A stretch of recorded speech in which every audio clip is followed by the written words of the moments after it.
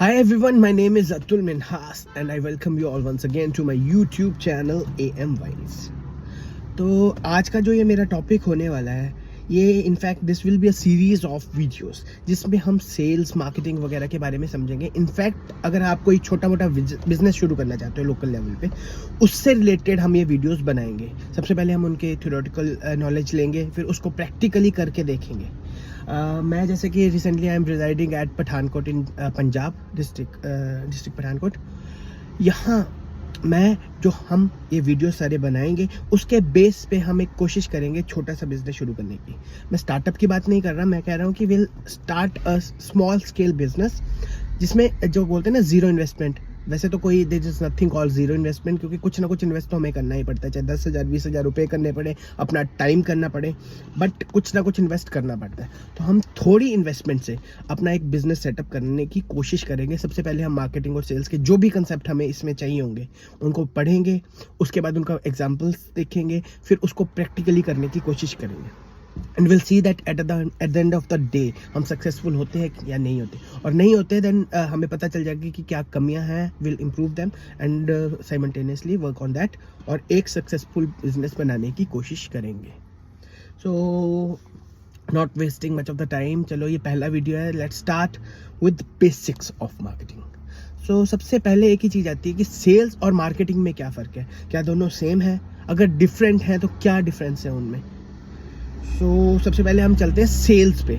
Sales की एक definition जो दी गई है वो है a transaction that includes an exchange of services और goods for a certain amount of money.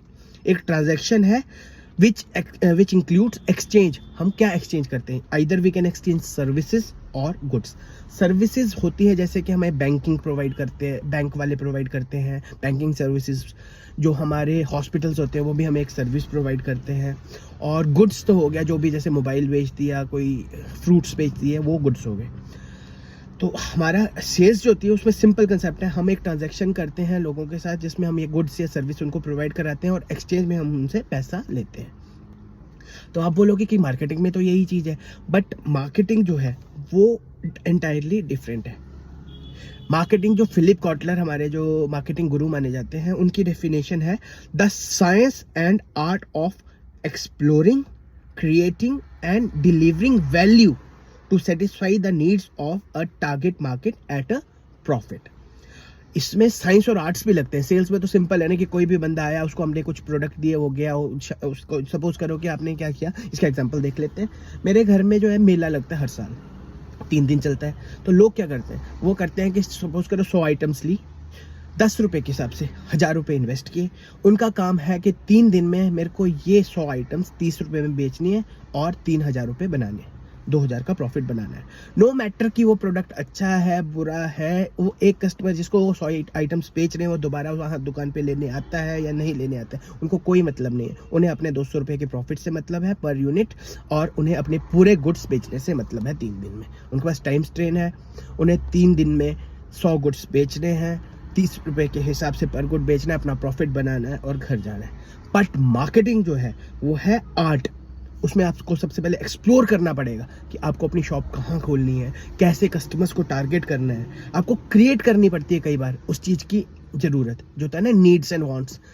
आप सपोज करो कि आप जैसे कोरोना काल में क्या हुआ था कि घर पे सब्जियां नहीं बिक रही थी, तो बहुत लोगों ने क्या किया कि अपना स्टार्टअप शुरू कर दिया जिसमें वो घर पे आपको इन टाइम डिलीवरी करते थे. उन्होंने क्या देखा कि लोगों की नीड्स देखी और उनकी वांट्स देखी. नीड तो ज़रूरत तो थी सबको सब्जियों की, क्योंकि सब बाहर जाने से डर रहे थे, और वांट भी थी कि टाइम पे हमें चीज़ मिल जाए, जल्दी मिल जाए, फ्रेश मिले और घर बैठे मिल जाए. उन्होंने उस लूप होल को ढूंढा और एक सक्सेसफुल बिजनेस बनाया. वही होती है marketing, the science and art of exploring. सबसे पहले एक्सप्लोर करेंगे, देन विल क्रिएट. हम वैसी नीड भी क्रिएट करेंगे और वो प्रोडक्ट भी क्रिएट करेंगे जो सब सेटिस्फाई करता है. बहुत बार ऐसा होता है कि सपोज करो कि मेरी गाड़ी का टायर बार बार पंचर हो रहा है, पंक्चर हो जाते हैं टायर. मैंने एक प्रोडक्ट बनाया जो गाड़ी के टायर को पंक्चर होने नहीं देगा डिफ़िकल्ट सिचुएशंस में भी, बट उसका जो मैंने उस पर जो सामान लगाया तो उसका जो प्राइस बना वो लोकल नॉर्मल ह्यूमन बीइंग के लिए एक्सेसिबल ही नहीं है, अमाउंट बहुत ज़्यादा है. तो वो product no doubt it is the best in the category. But उसका प्राइस इतना है कि लोग उसे चाह के भी खरीद नहीं पाएंगे, तो उसको हम मार्केटिंग नहीं बोलेंगे। हमें ऐसी चीज़ बनानी है जो अफोर्डेबल भी हो, ड्यूरेबल भी हो और ईजिली लोगों तक पहुँचे भी। अगर आप लोगों तक पहुंचाओगे ही नहीं, अब सपोज करो कि आप एक साबुन बनाते हो, बहुत अच्छा साबुन है, बट उसकी एडवर्टाइजमेंट ही नहीं कर रहे, तो लोगों को जब तक पता ही नहीं चलेगा कि ये प्रोडक्ट मार्केट में अवेलेबल है, वो उसे खरीदेंगे कैसे? तो मार्केटिंग में हर चीज़ आती है लोगों तक पहुंचने के लिए। इसका बहुत अच्छा एग्जाम्पल है क्रेड। जैसे कि आप सब जानते हो कि आजकल क्या है कि आजकल इंडियन मार्केट भी फॉरेन मार्केट की तरह हो चुकी है। पहले क्या होता था कि अगर किसी ने 50 रुपये की चीज़ खरीदनी थी तो वो सबसे पहले अपने 80 रुपये की सेविंग करता था, फिर जाके वो 50 रुपये की चीज़ लेने जाता था, ताकि चीज़ बिकने के बाद भी उसके पास पैसा पड़ा हो। बट आजकल क्या है कि बैंक्स वगैरह क्या है, हमें क्रेडिट कार्ड्स, EMIs के ऑप्शंस, ऑनलाइन जो सेल्स कर रहे हैं उस EMI का ऑप्शन दे रहे हैं। तो क्या होता है कि हमारे पास पैसा अवेलेबल नहीं भी होता है, फिर भी हम उस चीज़ को पहले ही ले लेते हैं। उसको EMI पे ले लें, चाहे क्रेडिट कार्ड पे ले लें, सैलरी आने के बाद दे दें। वो चीज़ आजकल इंडियन मार्केट में हो चुकी है। तो क्रेडिट कार्ड एक ऐसी चीज़ है कि हर कंपनी, आपको भी फ़ोन आते होंगे कि सर हमारा क्रेडिट कार्ड ले लो, इतनी लिमिट दे रहे हैं। आपकी सैलरी कम होगी बट वो आपको लिमिट एक ज़्यादा दे देंगे। क्या होगा कि जब आपके पास अब जब भी अपना फ़ोन चेक करोगे, आप कहोगे यार मेरे पास तो इतनी अवेलेबल है क्रेडिट लिमिट, तो क्या हुआ, मैं थोड़ा थोड़ा करके इनको वापस कर दूंगा, जब सैलरी आएगी तब कर दूंगा। तो सपोज़ करो कि मैं जॉब कर रहा हूँ, जॉब करने में मेरे को एक एंड्रॉयड फ़ोन की ज़रूरत है जो मेरी बेसिक नीड्स को पूरी कर दे, जैसे कि व्हाट्सएप चल पड़े, थोड़े मैं गाने सुन लूँ, ऑनलाइन यूट्यूब चल पड़े और स्क्रीन साइज़ भी ठीक हो। तो मेरी ये जो चीज़ है वो 20,000 रुपये में सेटिस्फाई हो रही है, क्योंकि मेरे को जो चीज़ चाहिए वो सब कुछ 20,000 के फ़ोन में है। बट जब मैं मार्केट में जाता हूँ, they will show me the phones which are much better than required. मेरी नीड से काफ़ी ज़्यादा ऊपर होंगे, उसमें बहुत ऐसी चीज़ें होंगी जो मुझे चाहिए भी नहीं होंगी, बट मैं देखूंगा नहीं यार ये लेना ही है तो ये चीज़ क्यों ना लूँ। फिर मैं बोलूँगा मेरे पास पैसे का है, फिर मेरे को याद आएगा मेरा क्रेडिट कार्ड की लिमिट तो इतनी है, तो मैं क्या करूँगा, I end up buying that thing which is good but not of my need. मेरी जो नीड थी मेरी वो सेटिस्फाई हो रही थी, बट वो ये चीज़ उससे ज़्यादा मेरा ज़्यादा खर्चा करवा देगी। वही चीज़ क्रेड ने की है।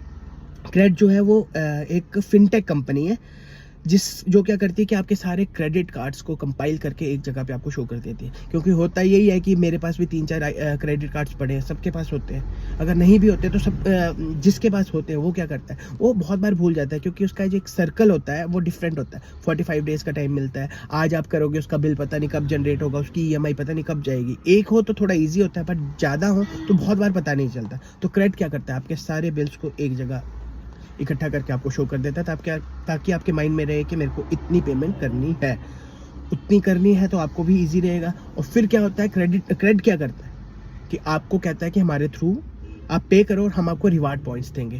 तो जैसे कि हम मार्केटिंग की बात कर रहे हैं, मार्केटिंग में मैंने कहा था कि हमें सेल्स तो करनी है, बट हमें सबसे पहले कस्टमर बेस तैयार करना है। तो मार्केटिंग में हमेशा ये नहीं होता है कि आपको प्रॉफिट ही मिलेगा। क्रेडिट जो है हमेशा अपना लॉस बुक करता है। क्यों? क्योंकि वो अभी अपनी मार्केट तैयार कर रहा है। उसे पता है कि अगर एक बार मेरा कस्टमर बेस बन गया तो उसके बाद मैं उनसे कितना भी पैसा कमा सकता हूँ।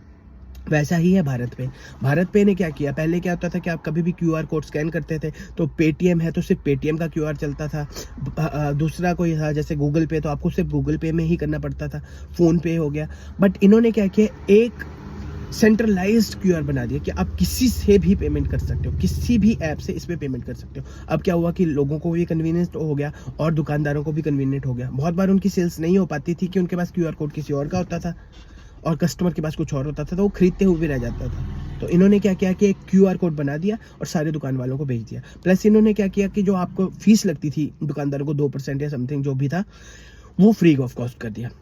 अब दुकानदारों को भी फायदा रहा। फिर क्या किया इन्होंने, भारत पे वालों ने, इन्होंने अपना डेटाबेस बना लिया। इनको पता है कि इस एरिया में इतनी शॉप्स में मेरे QR लगे हैं, इनकी डेली सेल्स इतने रुपए की होती है। जितनी सेल्स, क्योंकि ट्रांजैक्शन उनके थ्रू हो रही थी, उनको पता चल जाता था कि इसकी इतनी सेल्स तो है ही है। फिर उन्होंने जाके उन्हें अप्रोच किया और उनकी सेल्स के हिसाब से उनको लोन्स ऑफर कर दिए। जब लोन्स ऑफर किए तो उनको पता था कि जब भी पेमेंट आएगी तो अपना काट के बाकी का वो करते थे। इतना अच्छा कंसेप्ट था ये, बहुत ही एडवांस कंसेप्ट था, मेरे को तो बहुत अच्छा लगा कि उन्होंने क्या किया कि हमारी नीड्स एंड वांट्स को देखा, कस्टमर की नीड्स को देखा कि वो बार बार हर ऐप तो अपने फ़ोन में इंस्टॉल करके रखेगा नहीं, और हर कोई तो नहीं रखेगा। तो उन्होंने क्या किया, एक दुकानदारों को भी ईजी कर दिया, शॉपकीपर्स को भी ईजी किया एंड कस्टमर्स को भी किया, और उसके बाद एक मार्केट बना के पहले लॉस लिया, फ्री में दिया, बाद में उसी का प्रॉफिट बनाया और अपने लोन की कंपनी चला दी। नो मैटर कि आज क्या कंडीशन है उसकी, बट ये कंसेप्ट बहुत अच्छा था।